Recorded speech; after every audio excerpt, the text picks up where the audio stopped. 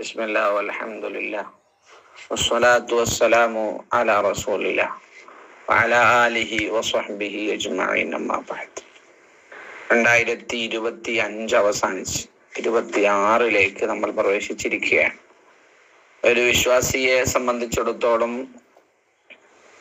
എല്ലാ കാര്യങ്ങളും പരിഗണിക്കുന്നത് ഹിജ്റ വർഷം അനുസരിച്ചാണ്.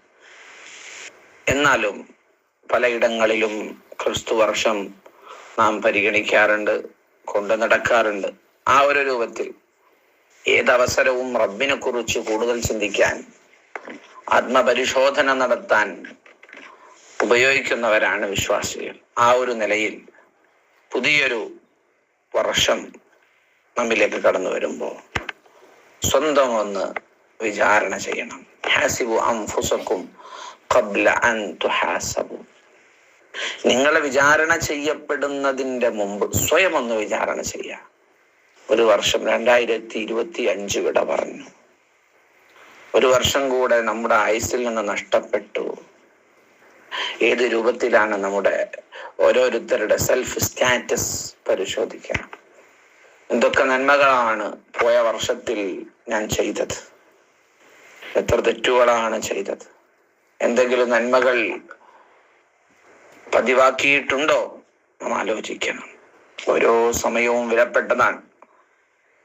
ന്യൂ ഇയർ, പുതിയ വർഷം വരുമ്പോ ആഘോഷിക്കാനല്ല വിശ്വാസി ആവേണ്ടത്. ബുദ്ധിയുള്ളവർ അങ്ങനെയല്ല, പേടിയാണ്. കൂടുതൽ അള്ളാഹുവിനേക്ക് അടുക്കാനാണ് തയ്യാറാവേണ്ടത്. കാരണം ഓരോ വർഷം വിട പറയുമ്പോഴും ഖബറിലേക്ക് കൂടുതൽ നാം അടുത്തു, പരലോക ജീവിതത്തിലേക്ക് നാം അടുത്തു. നമ്മുടെ ജീവിതത്തിൽ നിന്ന് ഒരു വർഷം കഴിഞ്ഞുപോയി.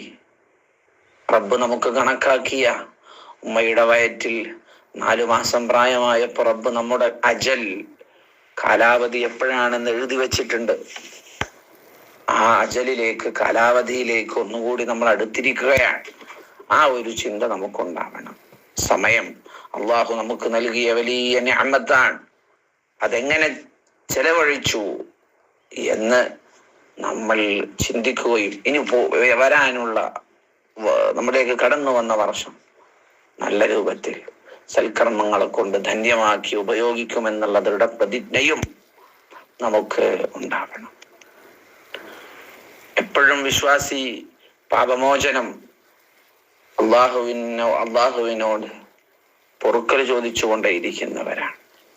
എല്ലാ തെറ്റുകുറ്റങ്ങളിൽ നിന്നും മാറി നിന്ന് തെറ്റുകൾ ചെയ്യില്ലെന്ന ദൃഢപ്രതിജ്ഞയോടുകൂടെ നമ്മൾ മുന്നോട്ട് പോകണം. ഒരുപാട് നല്ല അമലുകൾ, നല്ല പ്രവർത്തനങ്ങൾ നമ്മൾ ചെയ്യണം. ചെയ്യുന്നത് അല്പമാണെങ്കിലും സ്ഥിരമായിട്ട് ചെയ്യാൻ നമ്മൾ പരിശ്രമിക്കുക. അഹബ്ബുൽ അഅമാലി ഇലല്ലാഹി അദ്വമുഹാ വഇൻ ഖല്ല. അമലുകളുടെ കൂട്ടത്തിൽ അള്ളാഹുവിന് ഏറ്റവും ഇഷ്ടം സ്ഥിരമായി ചെയ്യുന്നതാണ്.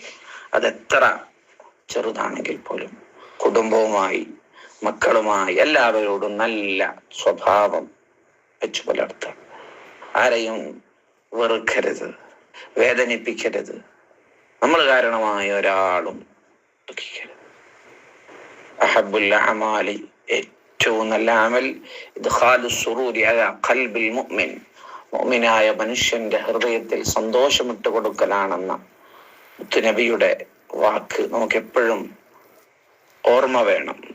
അള്ളാഹു നമ്മെ എല്ലാവരെയും വിജയികളിൽ ഉൾപ്പെടുത്തട്ടെ. പുതിയ വർഷം സന്തോഷത്തിന്റെയും സമാധാനത്തിന്റെയും ആക്കി അള്ളാഹു മാറ്റിത്തരട്ടെ.